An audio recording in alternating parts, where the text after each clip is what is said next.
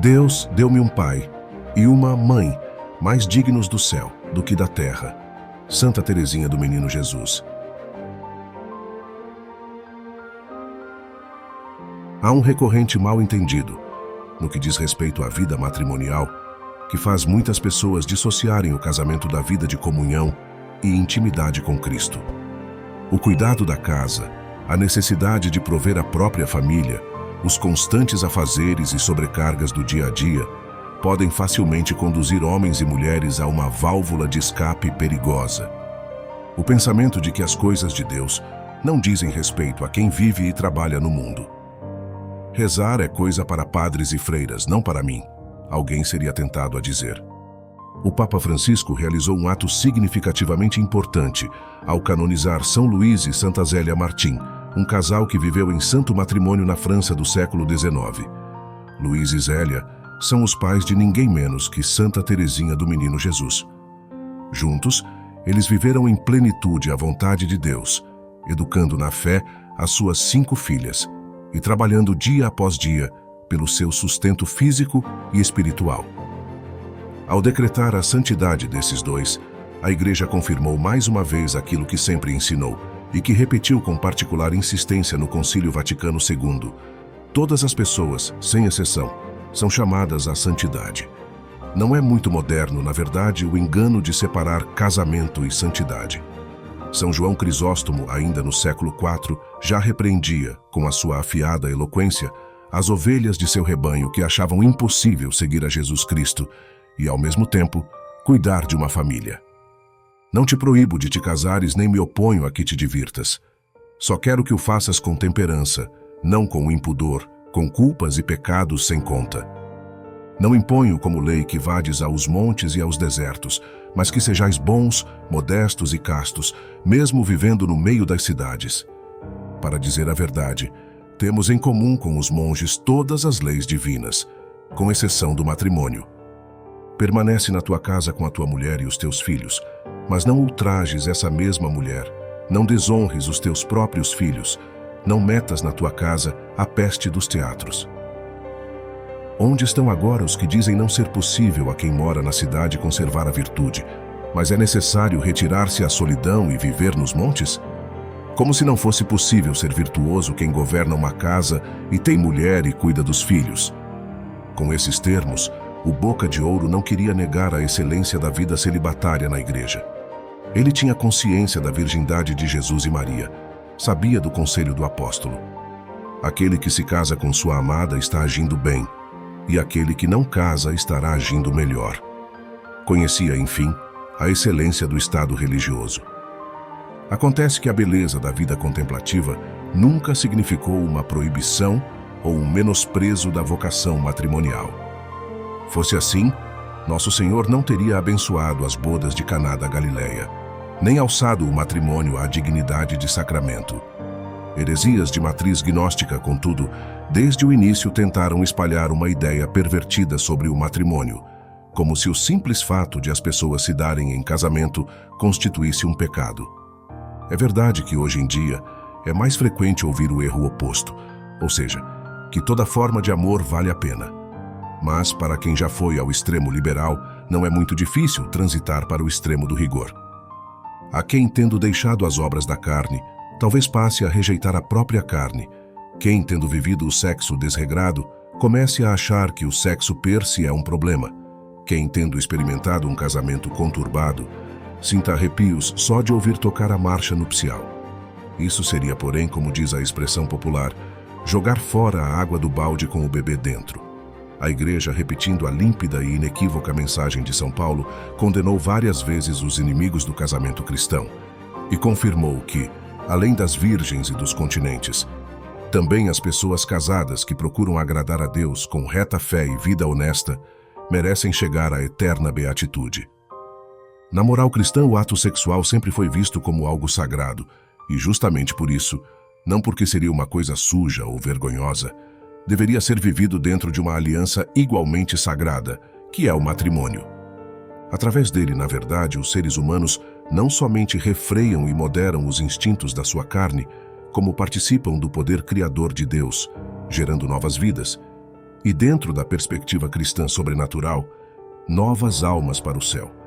A glória dos filhos santos no céu durará por toda a eternidade. As casas, automóveis e prazeres deste mundo, todos passarão. É este, aliás, o motivo que faz São Paulo comparar a união conjugal ao amor de Cristo por sua igreja.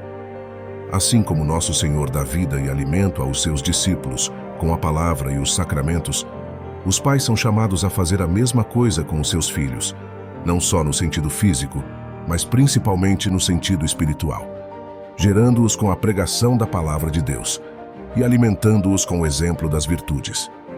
Nisso consiste o chamado fim primário do matrimônio cristão. Todos os outros, auxílio mútuo, patrimônio em comum, são secundários e subordinados a esse. A razão é muito simples. A glória dos filhos santos no céu durará por toda a eternidade. As casas, automóveis e prazeres deste mundo, todos passarão.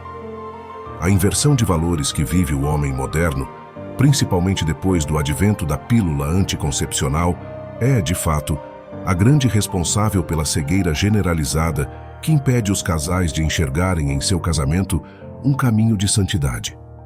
O matrimônio, para muitas pessoas dentro da própria igreja, se transformou num simples concubinato, pelo qual cada um é livre para satisfazer os seus próprios desejos e egoísmos, sem pensar nem em renúncias, nem em filhos, nem na vida eterna.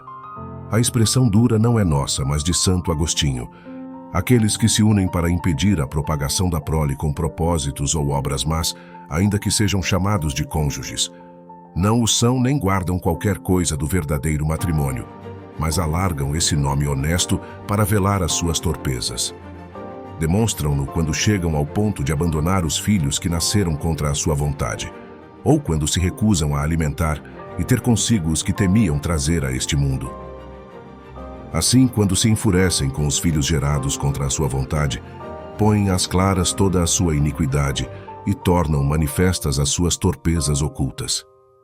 Algumas vezes essa crueldade impura, ou impureza cruel, chega ao ponto de recorrer aos venenos da esterilidade e, se com eles nada consegue, procura extinguir de algum modo no ventre materno o fruto concebido e livrar-se dele, preferindo que a prole morra antes de viver, ou se já vivia no ventre, seja morta antes de nascer. Sem dúvida, se ambos assim são, não são cônjuges. E se uniram desde o início com essa intenção, não celebraram um casamento, mas um concubinato. Se, no entanto, só um deles assim for, ouso dizer que ou ela é de algum modo meretriz do marido ou ele, adúltero da mulher. É claro que tal projeto de vida é totalmente alheio à própria vida cristã, e não impressiona que pessoas dentro de um contexto como esse realmente se desesperem e até sintam certa repulsa do casamento. Trata-se de um projeto cômodo demais para ser levado minimamente a sério, esse de viver tão somente para satisfazer a própria luxúria.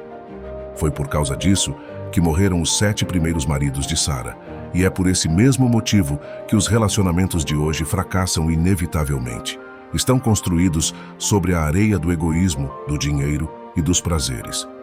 Um casamento assim realmente jamais levará a lugar algum, a não ser o inferno. Ao contrário, o casal que quer verdadeiramente se santificar precisa se lembrar que não é deste mundo. Ele está no mundo, mas a sua morada definitiva é outra. O segredo consiste em viver esta vida com os olhos fixos na eternidade, em pisar esta terra esperando ansiosamente por colocar os pés no reino de Deus. Tendo isso em mente, tudo à nossa volta ganha um significado novo. O lar se transforma em igreja doméstica. O cônjuge se converte em imagem do próprio Cristo, sim, ele mesmo. Os filhos são as almas que Deus nos confiou para habitar o céu.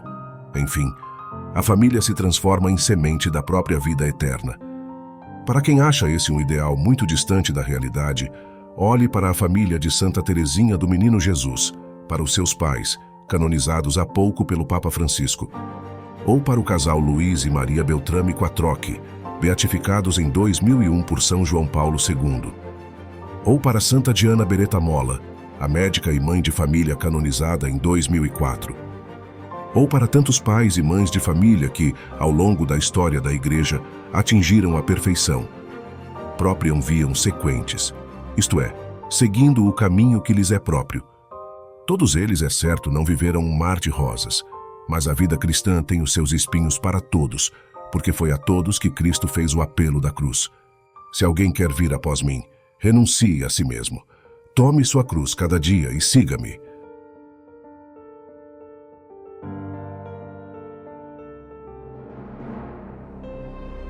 Ó Senhor, nosso Deus, agradecemos-te pelo dom sagrado do matrimônio, um reflexo do teu amor por nós e da união de Cristo com sua igreja. Pedimos que abençoes todas as famílias, especialmente as que enfrentam dificuldades e desafios. Lembramos com gratidão o exemplo de São Luís e Santa Zélia Martim, pais de Santa Teresinha do Menino Jesus, que viveram em plena comunhão contigo, enquanto criavam suas filhas na fé e na devoção. Que sua santidade inspire todos os casais a buscarem a tua vontade em suas vidas matrimoniais. Recordamos as palavras do Papa Francisco e do Concílio Vaticano II, que nos lembram que todos, sem exceção, somos chamados à santidade. Ajuda-nos a integrar a nossa vida familiar e as nossas responsabilidades diárias com uma vida de oração e intimidade contigo, reconhecendo que a santidade não está reservada apenas aos sacerdotes e religiosos, mas é um chamado universal. Concede-nos, ó Senhor, a graça de viver com temperança e virtude, mesmo em meio às ocupações e desafios do dia a dia. Que possamos encontrar em nossos lares um refúgio de paz e amor, onde a fé floresça e a caridade se manifeste.